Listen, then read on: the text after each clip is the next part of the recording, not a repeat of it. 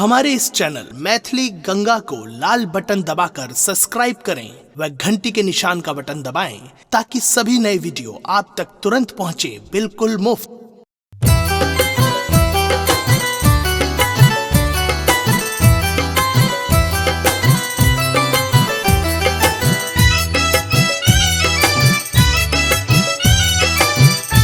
आप सुन रहे हैं गंगा कैसेट की प्रस्तुति।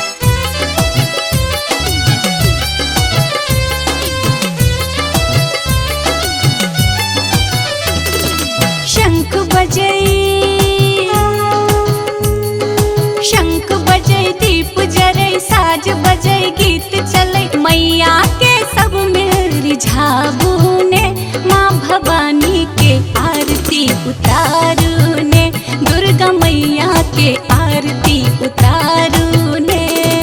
शंख बजै दीप जरै साज बजै गीत चलै मैया के सब मिल रिझाबू ने माँ भवानी के आरती उतारू ने माँ भवानी के आरती उतारू ने।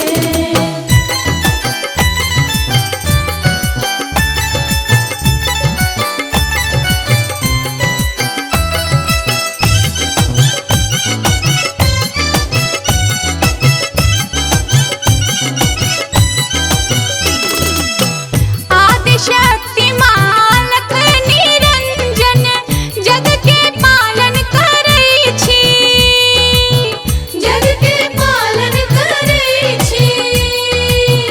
दुख कष्ट और क्लेश मिटा कऽ भवबंधन सँ तारै छी, भवबंधन सँ तारै छी।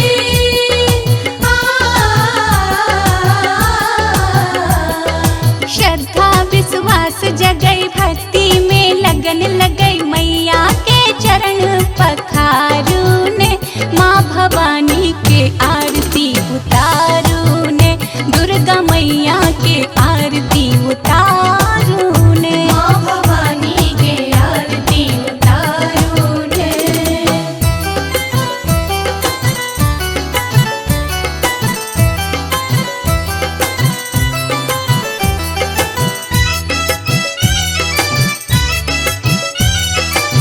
आप सुन रहे हैं गंगा कैसेट की प्रस्तुति।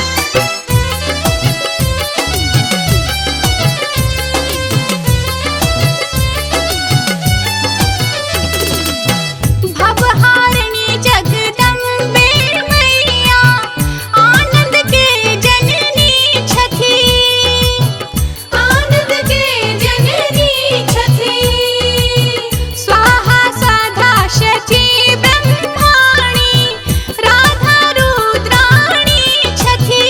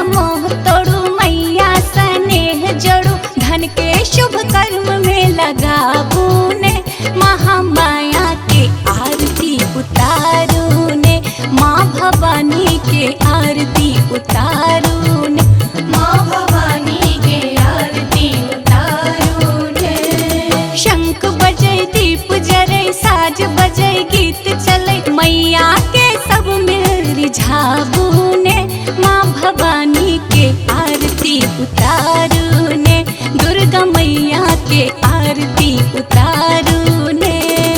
शंख बजै दीप जरै साज बजै गीत चलै मैया के सब मिल रिझाबू ने। माँ भवानी के आरती उतारू ने। माँ भवानी के आरती उतारू ने। माँ भवानी के आरती उतारू ने। माँ भवानी के आरती उतारू ने। माँ भवानी के आरती उतारू ने। हमारे इस चैनल मैथिली गंगा को लाल बटन दबाकर सब्सक्राइब करें व घंटी के निशान का बटन दबाएं ताकि सभी नए वीडियो आप तक तुरंत पहुंचे बिल्कुल मुफ्त।